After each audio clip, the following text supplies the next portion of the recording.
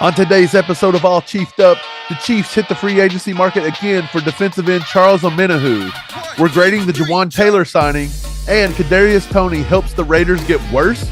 We're talking about all this and more. Stick around.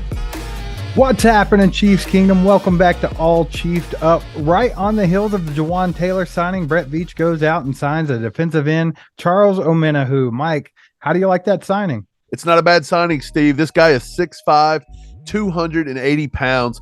Brett Veach actually liked him coming out of Texas.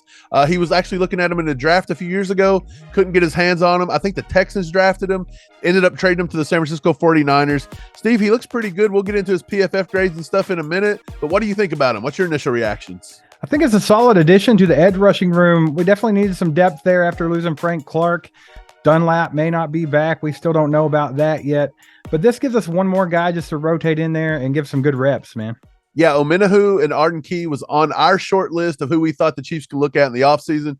We actually put a poll up on Twitter. Nobody actually liked these two guys. They said not to sign either one of them. But, hey, you guys have been telling us, in Veach we trust, so you better have that same energy. So I'm just going to go ahead and throw out a few stats. I got a few from PFF, even though everybody's abandoning them in favor of Jawaan Taylor lately.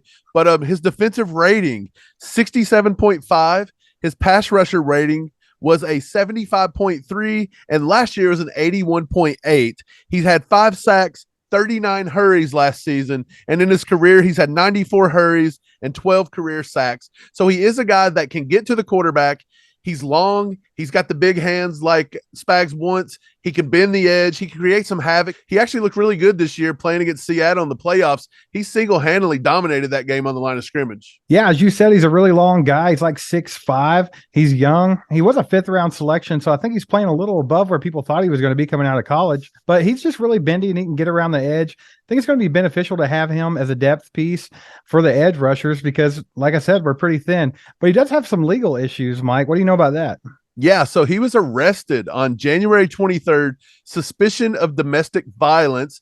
His girlfriend actually issued him a restraining order, and the case has been submitted to the Santa Clara DA's office to bring up possible charges. I'm sure the Chiefs know about this. I'm sure they've done their homework, but this just reeks of Chiefs all over it. So I don't know why we always go after these kinds of players. I have no idea, but you know what? He's innocent until proven guilty in a court of law, I guess. I think sometimes Veach and Andy Reid and everybody forget that we're a football squad and they think we're a rehabilitation center. But let's go ahead and move on to Kadarius Toney. He kind of went off on Twitter a little bit today in reaction to the trade from the Raiders to the Giants, the 3rd-round compensatory pick for Darren Waller. It looks like there were a lot of Giants fans talking trash online saying that they won by a mile in the long run because they essentially traded Kadarius Toney for Darren Waller. Initially, he just posted a tweet with a laughing emoji and then a yawning emoji. Like he really didn't care. He thought it was stupid. But I guess they kept on poking the bear, man, because he come back with another tweet that said, "Get in the field, then your opinion will matter to me. Thanks, management." So he's just taking a shot at these people saying, shut up, you don't know what you're talking about. I'm kind of leaning towards Kadarius Toney on this one. I'm not quite understanding why people think that a 30-year-old tight end that only plays a third of the season every year is that much better than a 24-year-old potential wide receiver 1 for the Chiefs if he can stay healthy and be on the field. Yeah, he's not. He's not. It's as simple as that. The Chiefs fleeced the Giants with the Kadarius Toney trade. We give up essentially the number 100th pick in the draft. It was a comp pick. Kadarius Toney comes in. He contributes. He gets his first NFL touchdown. He scores a touchdown in the Super Bowl. He has the play of the game, getting us back in the game with a punt return, gets us with a go-ahead touchdown there. He's the gift that keeps on giving because now he's screwed the Raiders over, and the Raiders are now just getting a 100th pick in the draft, and they lose a Pro Bowl tight end, gets him out of our division, sends him to the NFC East. This is great news. Kadarius Toney, you are doing the Lord's work, sir. Yeah, if you want to compare the stats straight up, Darren Waller, he's been in the league now for 8 years. He has 298 catches for 3,572 yards and 19 touchdowns. Keep in mind, his salary is $11 million this year. Kadarius Toney's only getting paid $1.9 million this year, and he's been in the league for 3 years with 55 catches for 591 yards and 2 touchdowns. Of course, all those came in Kansas City because he didn't really do much with the Giants. But if you kind of look at the ratio there, not much of a difference as far as stats go. Obviously, Waller's looked good, but he's been in the league for 5 more years in a little better situation. Yeah, I think Kadarius Toney is the best player out of every bit of this going around. He's better than the 100th pick. He's better than Darren Waller. And I think we won that trade, and the Raiders got worse. So I mean, that's a good day for Chiefs fans. So believe it or not, it's only been 24 hours since the Chiefs signed Jawaan Taylor. With all the chatter online and all the fighting back and forth, it feels like it was forever ago, but it was only a day ago. Mike, what kind of grade do you give that signing right there? Look, I just want to say first and foremost, Chief fans have been at each other's throats. You got one half that love this signing. All the content creators are coming out and they're just praising it over and over. And then you've got another half that have a right to ask some questions about it because they don't think that this is a long-term solution with not signing Orlando Brown Jr. And this is our solution. They just don't see it. If anything, it feels like we're living Orlando Brown Jr. situation all over again. And suddenly everybody's fine with it. But we'll go ahead and get into the grade. I want to start with that. I'm going to give it a B-. Yesterday, I gave it a C. I thought about it more again today. I'm going to give it a B-. And the reason is if we keep the guy at right tackle, I think it's a great signing. I do. If they can somehow get out of the contract, if he don't pan out around year 3, which is how I think Veach set up the contract, I do believe it's okay. I'm fine to let him work and see what the Chiefs can get out of him because I do think he's a better zone blocker than Orlando Brown was. And I do believe he's got pretty good footwork. He can get after it. I think he'll be okay. But I just don't see this as being a long-term solution at left tackle. Hopefully I'm wrong. Hopefully Brett Veach knows something. Hopefully he hits it out of the park. We're all rooting for this guy. Yeah, absolutely, man. I'm going to keep my grade at a C, just right smack dab in the middle. I don't think it was a bad signing, but I don't think it was a particularly great signing either. I don't think it's a big upgrade or any upgrade actually to what we had going on last year. Obviously, Wiley took off to the Commanders, so we have to address the right tackle situation. If we plug Jawaan Taylor at right tackle, I'm completely comfortable with that. I am not comfortable with switching him over to left tackle. I don't like that idea. The one thing I don't like about him being at right tackle is how much money we are paying him to be there. He's actually the number 1 paid right tackle in the league right now, even above New Orleans Saints Ryan Ramczyk, which I consider to be a little bit better than Jawaan Taylor. And as far as the arguing and bickering about this Jawaan Taylor signing amongst Chiefs Kingdom goes, the only thing I can't wrap my head around, Mike, is the fact that people that did not like Orlando Brown in that situation are acting like they love the Jawaan Taylor situation. It's literally a carbon copy where they went out and find a decent right tackle and they're going to try to convert him to left tackle. So in my mind, it just sets us back 2 years. It doesn't really make us any better. Look, here's the thing.